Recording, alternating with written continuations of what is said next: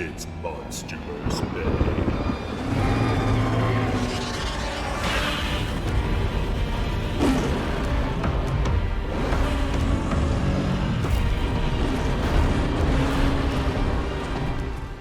The first proper live-action Godzilla television series was made in the form of Monarch: Legacy of Monsters, an Apple TV drama that aired weekly from November 17th, 2023 to December 12th, 2024. Originally in production with Godzilla King of the Monsters as Michael Dougherty and Zach Shields, the series was developed into a 10-episode drama by Chris Black and Matt Fraction alongside a series of writers, producers, and directors, including Matt Shakman, who directed the first 2 episodes and was an executive producer. Despite releasing nearly 10 years later, Monarch is the most direct follow-up to 2014's Godzilla out of the entire Monsterverse. It also had the honor of reinventing Monarch's origins and presenting it for the first time in a live-action medium. The genius inclusion of Wyatt and Kurt Russell in the past and present role of Lee Shaw, along with a brand new origins for Monarch, erased Godzilla Awakening from canon, wiping out almost a decade's worth of continuity errors and setting the slate clean. The series is split between past and present, with dual storylines that play out simultaneously across most of the episodes. The narrative begins in 1952, as Lieutenant Lee Shaw is assigned an escort mission for Keiko Mira in the Philippines. Keiko and Shaw head into the jungle tracking radioactive isotopes. This leads them to Dr. William Randa, the younger version of John Goodman's character from Kong Skull Island, now played by Anders Holm.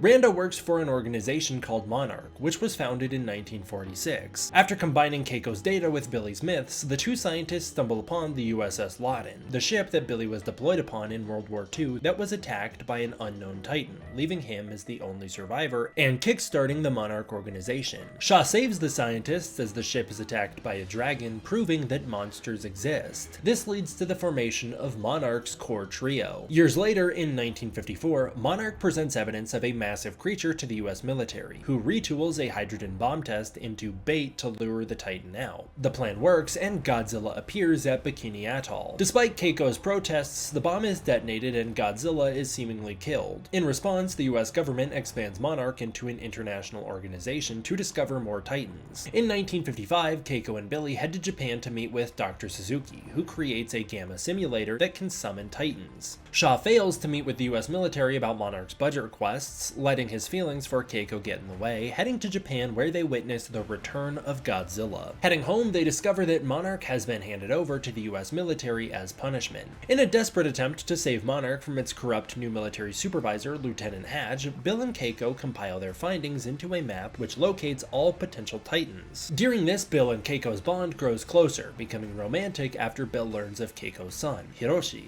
who was left without a father after he died years ago. Bill then discovers that the Titans live within the world itself. Shaw restores Monarch's independence after a meeting with General Puckett and warns him about Godzilla's survival, passing along Bill and Keiko's map in the process. To prove their theory, the trio travels to Kazakhstan in 1959, where they investigate a destroyed nuclear power plant. Their seismic charges reveal the bedrock has massive chambers within, warranting a deeper investigation that leads to a nest of eggs. The floor starts to collapse and the eggs hatch into an army of endoswarmers, which attack Keiko, dragging her into an endless pit, seemingly killing her. Doing their best to pick up the pieces, Billy and Shaw co-parent Hiroshi. In 1962, a portal is discovered in Kansas. Monarch and the military unite for Operation Hourglass, which sees Shaw and 3 others enter a containment pod. They use Dr. Suzuki's gamma simulator to bait a Titan out of the portal, stabilizing it and allowing Shaw's pod entry to the other side. The plan goes awry as the vortex destroys the testing facility. The government buries any evidence of Hollow Earth as a result, and Billy's obsession with proving he's right leads to Monarch's unstable position heading into the 1970s. Shaw and his men arrive in a strange realm between realms, getting hit with enormous amounts of static electricity and attacked by a Titan, resembling the Loudon Dragon, now called the Ion Dragon. Apparently, a week later, Shaw, the sole survivor, is ejected from this realm and winds up in the year 1982, where he's held in Monarch containment and met by Hiroshi Randa. Fearing Shaw is radioactive, toxic, or insane because of whatever happened to him, Hiroshi banishes Shaw to Monarch's peaceful prison community called Secure Asset Management, where Shaw would be locked away until 2015. In 1973, Bill Randa escapes the attack by the Mother Longlegs on Skull Island, recording a message for Hiroshi and making his way to a beach, where he survives a battle between a second Mother Longlegs and a Mantle Claw. Randa ditches a bag full of his data into the ocean, where it would remain undiscovered until 2013. In 2014, Godzilla emerges during the event known as G-Day, where he battles the Mutos in San Francisco. During the evacuation of the city, Kate Randa leaves her girlfriend behind to chaperone a bus full of children. The bus gets destroyed on the Golden Gate Bridge by Godzilla, leaving Kate traumatized as one of the only survivors. In the year 2015, Kate arrives in Japan to settle family affairs after her father, Hiroshi Randa, seemingly passed away in a plane crash in Alaska. Kate discovers Hiroshi had a second family with the wife Emiko and son Kentaro. They discover Bill Randa's bag and take it to Mei, Kentaro's ex-girlfriend. They crack the files and learn about their family's legacy. This alerts Monarch to their activities. Pursued by the friendly agent Tim and his partner Duval, the trio runs to Lee Shaw, who escapes confinement and takes them to South Korea. They charter a flight with Shaw's friend Duho, taking them to Alaska, where they're attacked by the Frostvark. Following the tracks of Hiroshi, Kentaro discovers an old outpost and contacts help, rescuing Shaw, Mei, and Kate from the Titan. They're arrested by Monarch, who holds Lee Shaw for questioning and releases the others in hopes they'll unknowingly lead them to Hiroshi. The trio returns to San Francisco, aided by Kate's mother Caroline, where they discover a map leading them to Africa. Duval betrays Monarch, helping Shaw escape and revealing she's the sister of Sandra Brody, swearing to do anything in her power to prevent another G-Day. Uniting with the kids, the gang heads to Africa, where they find Hiroshi, alive, using a recreated gamma simulator to awaken a Titan. The Titan winds up being Godzilla, who appears beneath the gang's feet and takes down Tim's Monarch helicopter. Godzilla and Hiroshi disappear in the chaos. Shaw and Duval's mission to separate the surface world from the Titan's realm, making Godzilla's job of keeping nature's balance a lot easier, differs from the kids, who all wind up in conflict with each other as they learn that Mei has double-crossed them, Kentaro has turned on his father, and Kate is still in pursuit of Hiroshi for answers. Mei turns herself in to AET,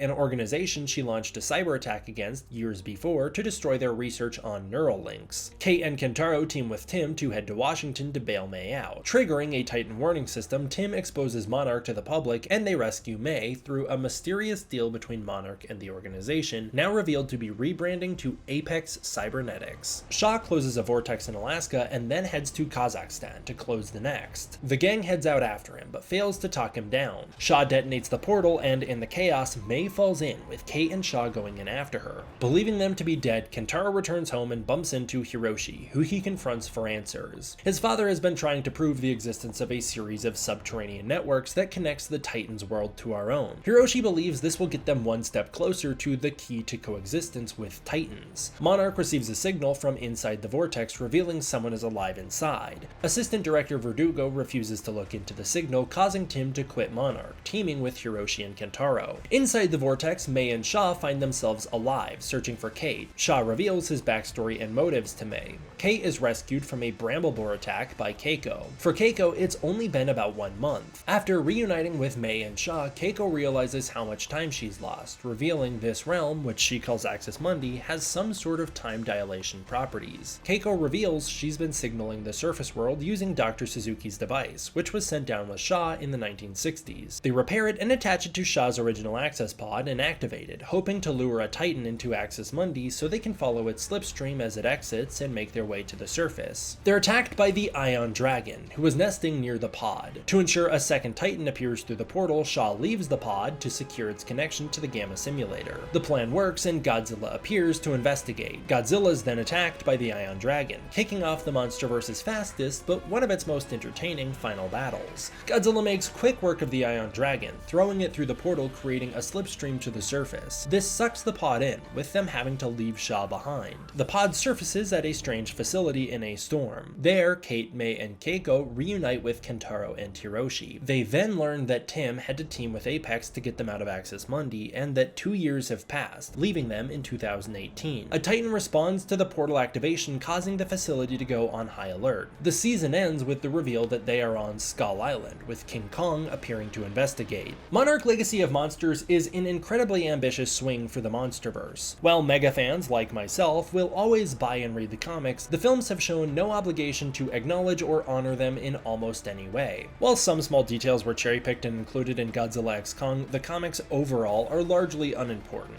But with Monarch, Legendary has taken an enormous step in solidifying the MonsterVerse as more than just a film series, but as a proper cinematic universe. This is a nearly 10-hour investment of viewers' time and promises to flesh out the universe in ways that truly matter and will impact the films. The show's biggest problem is its lack of cohesion with those films. It's impossible for the series to impact the current films when the current filmmaking team has no idea of what goes on within it. Similarly, it's impossible for the series to feel like a proper setup to anything because the showrunners have no idea what's going to happen with the upcoming movies. This isn't an easy issue to fix, as there is no roadmap at Legendary as to where the MonsterVerse is headed. Not even Adam Wingard has any idea of what any of this means. Even if he makes a third movie, this wasn't his plan from the start and still isn't an ending to the universe as a whole. It's merely the conclusion of his trilogy. How can we build to Avengers Endgame with each installment adding value to the universe if Legendary doesn't know what their endgame even is? They don't even know what their pit stops along the way to that will be. This means that Monarch exists in a very strange space, only being able to flesh out the gaps between the films that already exist. The show does a pretty good job at doing this by telling two captivating stories. Monarch's key formula was proven in episodes 1 through 3, 6, 8, and 9, with 10 serving a similar function. The series is at its strongest when it's telling both stories together, past and present. That's because the modern story, while fantastic, is nowhere near as entertaining as the past stories. The past plotline in Monarch was compelling enough to be its own series. In fact, the show might have been even better if it was 10 straight episodes of that. The formation of Monarch, discovery of the Titans, and drama with the government was all fantastic. These were compelling narratives that often felt rushed as a result of them playing sidekick to the modern storyline. The cast was amazing, down to the supporting characters like General Puckett and Dr. Suzuki, but the leads were really what shined. It took some getting used to Anders Holm's portrayal of Bill Randa, as he lacks the physical presence of John Goodman and has none of the underlying danger throughout most of the season, but a beautiful evolution occurs, leaving him as a broken man that makes the events of Kong Skull Island even more tragic in retrospect. Wyatt Russell is intensely charming and charismatic. Marie Yamamoto does a fantastic job balancing both characters out and providing a good emotional core for the group. The biggest downfall of these storylines was its unfortunate lack of attention to detail. Lots of questions are left unanswered, such as what happened to the Loden to leave it stranded in the Philippines and what exactly happened to Bill Randa on the night it sank. Additionally, new logical leaps or continuity errors were opened through some of these storylines. Lots of Randa's dialogue in the 2017 film now make way less sense, having seen him interact directly with so many Titans before his trip to Skull Island. The entire plotline surrounding Godzilla and Castle Bravo is also frustratingly inconsistent with the events of Godzilla 2014. While most of these issues can be fixed through patchwork from the fans, nothing can properly undo the alteration to Godzilla getting bombed. As presented in 2014, he never makes it out of the ocean. As presented here, he's up and walking around for quite some time before the bomb goes off. Additionally, the largest hydrogen bomb ever detonated by the United States is portrayed with historically insensitive inaccuracy. The present plotline is very solid. While not being as outright entertaining, the mystery that unfolds is nearly as captivating. Unfortunately, this plotline has the opposite issues of the past, as it's given a little too much time to cook. Episodes 3 through 8 are almost all very slow because of the show's overcommitment to character development. I love character-driven episodes every now and again, but when you have 4 in a 10-episode run, it feels like we're dragging our feet at times, weighing the momentum of the entire season down. While I think the past plotline could have benefited from being its own 10-episode run, I think the modern plotline could have made for an incredible 6-episode season that moves at a slightly faster pace. It's hard to say I would want any of these episodes cut because I really love the ominous and ethereal mystery of episode 4, really appreciate the world building of episode 5, and understand the significance of episode 7 to the world at large, but I do think these stories could have been condensed. As with the past plotlines, all of the actors in the present do an amazing job. Kate is a great anchor for the series who starts off with a bit of a rough start in episode 1, but really grows into a fantastic core character. Kentaro is one of my favorite characters, aside from the strange 180 his character undergoes in episodes 7 and 8. This represents another one of the show's major issues. Lots of the characters and writing feels inconsistent. Kate goes from trying to abandon the mission in episode 6 after learning a former Monarch worker is helping her to teaming with Monarch in episode 7 with no questions asked. In the same 2 episodes, Kate goes from telling May to go to hell at the end of episode 6 to acting like they're best friends at the start of episode 7, and characters' relationships and dynamics are also rushed and underdeveloped because of these inconsistencies. Decisions like these weigh the entire series down and make the present plotline feel over-dramatized with too much inner conflict. This can be seen no better than with May, who is on a downward spiral for 7 full episodes. May attacks Kentaro at random times times blaming him for her own actions. May continue to dig into Monarch, putting her on their radar, and yet she blames Kentaro for everything going wrong. She never thanks him to his face when he is constantly saving her life, and having a flawed character is fine, but she's never proven wrong or forced to grow from these actions. Similarly, she antagonizes Shaw throughout episode 4 and seemingly hates him without any evidence he's doing anything wrong up until episode 9 when she completely drops it and moves on without any acknowledgement. All that said, the show has fantastic highs. The emotional trauma and world building this series explores are the best of the Monsterverse, feeling like the most organic growth from Gareth Edwards' Godzilla. The series' clear love for Kong Skull Island, Godzilla 2014, and commitment to trying to justify Mechagodzilla's rushed inclusion in Godzilla vs. Kong are also very appreciated. This leads into the final 2 episodes, which are truly amazing. The wonderful past plotlines and performances given by Wyatt Russell and Anders Holmes aside, the present really shines in these episodes. If you can invest in the emotional story being told over the season, these 2 episodes redeem the entire slow burn. Ren Watabe starts episode 9 with a harrowing performance that is picked up by Takehiro Hira in the episode's conclusion. This builds to the finale's heartbreaking and downright awards-worthy performance given by Marie Yamamoto, who is supported by Kurt Russell in an equally compelling role. This scene is the absolute peak of the Monsterverse in terms of emotional payoffs. It is devastating. That momentum continues during Keiko's tearful reunion with Hiroshi that is equal parts bitter and sweet. It is truly astounding that a television series like Monarch Legacy of Monsters can exist. A massive budget live-action Godzilla television series coming out of the United States that ties directly into one of the longest-running Godzilla continuities to date is something I never would have dreamed of. Adding on the surprise ending with King Kong, this series truly is the peak of science fiction mystery television. The show is well directed and shot with wonderful atmosphere and exciting monsters. It fleshes out the smaller side of the universe in ways I have always wanted to see and has the most organic world building out of the entire Monsterverse. The way this show presents Japan's response to the Titans is the best development of the public's reaction to Godzilla we have seen in any of these films and is better than everything that comes after Godzilla King of the Monsters. It's a shame the films don't continue this careful type of smaller world building, making this show feel even more out of place. While Monarch is at times a painfully slow burn, it is incredibly rewarding. The special effects are all top of the line. The presentation of the Titans is full of the impact and weight these creatures deserve. The show, while barely using Godzilla, establishes his presence so heavily he is felt through the entire season. This makes his appearances in episodes 1, 3, 6, and 10 even more exciting and helps amplify the fantastic battle with the Ion Dragon, which features my favorite Godzilla fighting style in the Monsterverse so far. The show has a pretty solid human story that lacks at times in the modern day, but is made up for by the final 2 episodes. It has a grand kaiju story that is incredibly impressive given this is a TV show. The music by Leopold Ross is astounding. His style is so unique and strange and resonant with both exciting action pieces and crippling emotional ones. Lost Time is one of the most interesting and effective pieces of music ever written for the Godzilla franchise. Weighed down by pacing issues, frustrating character decisions, and continuity issues, this season is still able to achieve some of the highest highs of the Monsterverse. With the guaranteed season 2, any unanswered questions are forgiven for now and provide fantastic base points to hype up the upcoming seasons. While I hope Monarch can tie into the current films in a more satisfying way in the future and that the movies reference the events of the show really soon, I still had a wonderful time watching and rewatching Monarch Legacy of Monsters and would recommend it to any Monsterverse fans looking to engage in a compelling human drama that fleshes out this universe in more interesting and satisfying ways than many of the films. Thank you all for watching yet another episode of Monsterverse May. I truly appreciate the support. If you want to see all upcoming episodes of Monsterverse May early, get access to the Discord community, and more, please consider supporting the channel through the Patreon linked in the description below. By supporting the Patreon, that is the most direct way to support this channel and to make sure that I can continue to make videos like this for you guys. Thank you all for watching. I hope you enjoyed. I will see you guys next time for the next one.